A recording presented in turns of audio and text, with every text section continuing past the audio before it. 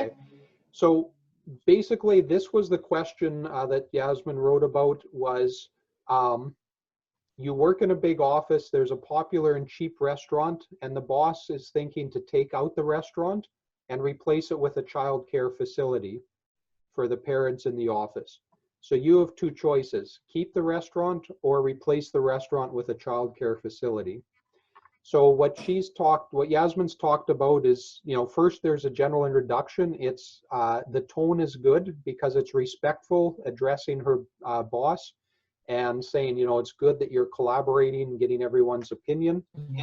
Then you've identified or talked about what your preference is. Now, I was debating here because in the samples I've seen, they've written it in a letter format rather than A and B. So I'm not sure. In my opinion, both are fine because when you write a complaint letter or a letter to a manager, you sometimes indicate by A or B.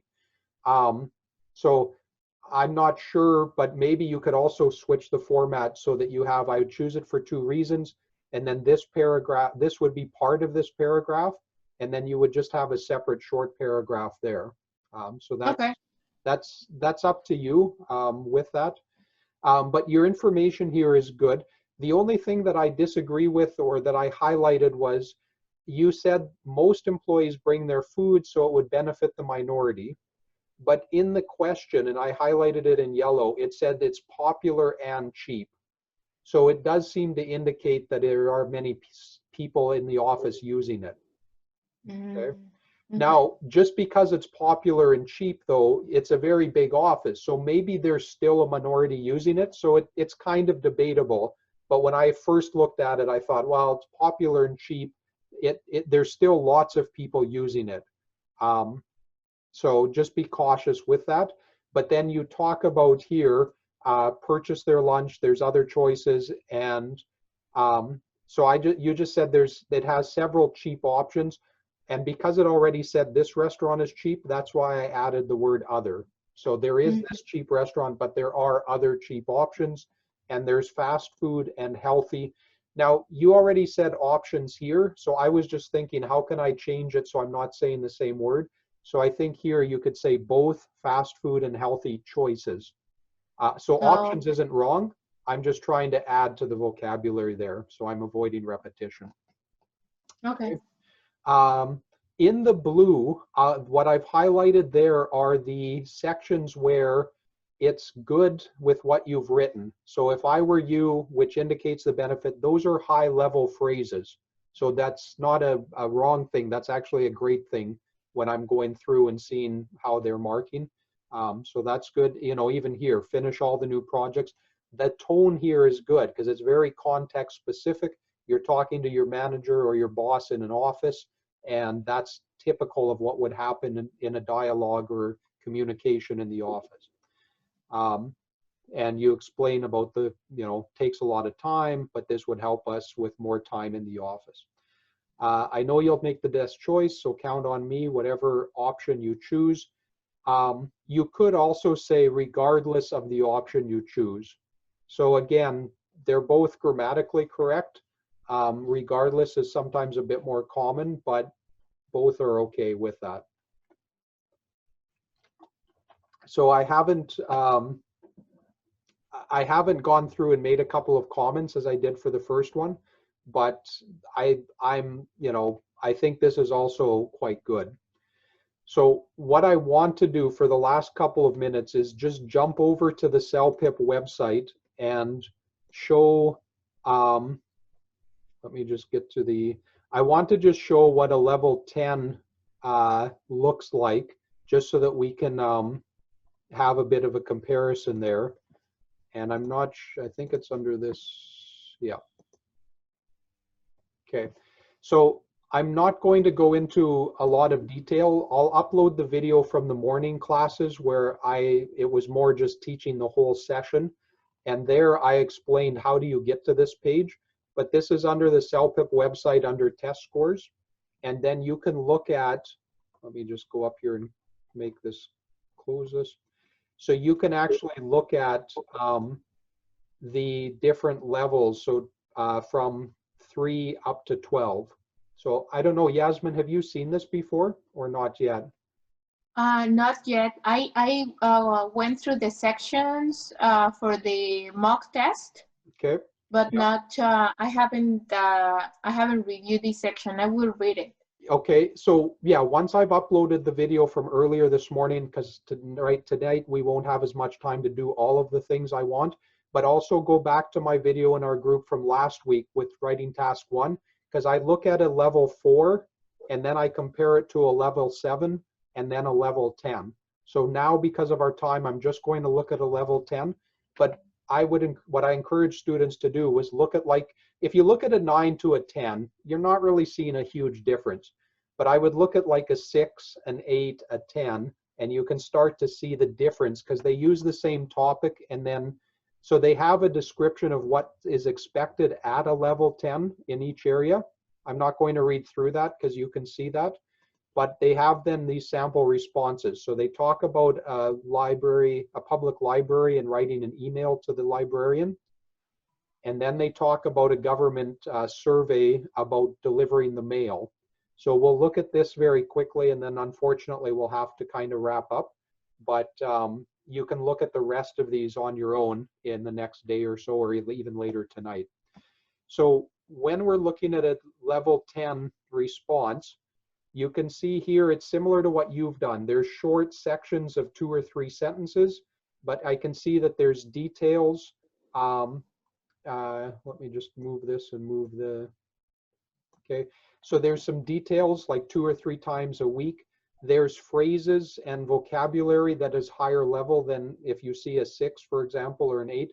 So implemented, the convenience, at my own discretion, delivery restrictions. So they're using fairly high level vocabulary, but still also more, not waste time checking.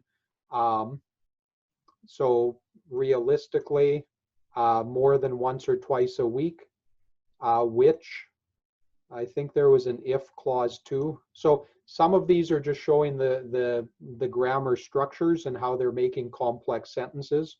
And you did some of these as well, like you use so in some of your sentences also. So those are good. That's showing a higher level. And then you see here at the end, please see. So this tells us that the person actually ran out of time. They didn't finish the last sentence. They still got a level 10.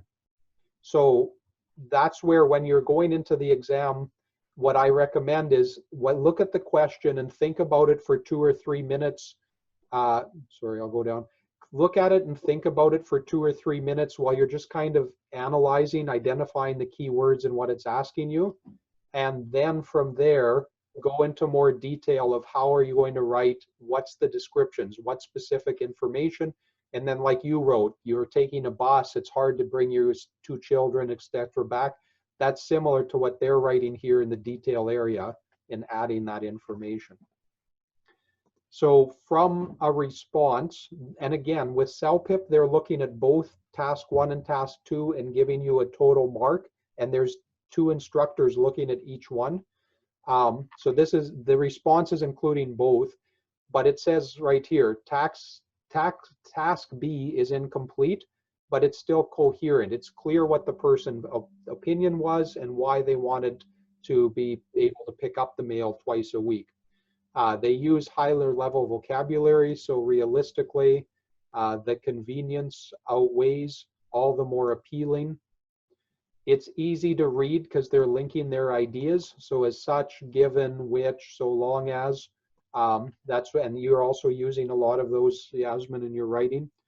And then it's fulfilling. So there is formality because this is being addressed to somebody they don't know in a government office. Thank you for reviewing this request. I hope you'll consider, please. But it's appropriate for that context or that setting from there. Okay. So I don't give a specific mark. So on your writing, Yasmin, I'll give you a range and I'll just highlight what I think and identify from the fulfillment, the readability, the vocabulary, and the content coherence. I'll give you a range between 2 or 3 numbers based on each area there when I finish marking it and send it back to you. Okay. Thank you so much, Trevor. Good. Any questions? I have time for half a question because we're out of time. But No, no, from my seriously, side. if you do have a question, I will answer it before I switch over to the IELTS class. No, from my side. Thank you, Okay. Trevor. Yeah. And so, yeah, like I may not finish it tonight, Yasmin, but tomorrow I'll definitely finish. I'll make some more comments on the part 2, and then I'll send it back to you with, you know, some more suggestions and stuff. Yeah, no, that's fine. Thank you. Okay. George, any comments or questions? I don't know. I would like to know why you were using different color. Green, it's good. Yellow, it's middle. What is that? Okay, yeah. So I always use yellow for transition signals. I use it for essays or the complaint letters. Those are good because it's showing as you move from idea to idea. And usually you want to see, the teacher likes to see 3 to 5 at each chunk of information. So in an essay with a paragraph, you want to have 3 to 5. In these complaint letters, you still want to have a scattering of 3 or 4 of them during the whole letter. The green part was her main idea, and so I was just highlighting that. So as a teacher, and I'm going to talk about this more in our IELTS class, because there I'm going to zoom in on how do we write an essay. As a teacher, I'm not reading the whole essay initially. I'm glancing at different parts and looking at what's their idea, what are some of the details, and how is this information given? And then I'm looking at the grammar, the vocabulary, etc. When I should say it not as a teacher, because most teachers are the opposite. They highlight all of your grammar mistakes and every word you spelled wrong and all of your problems.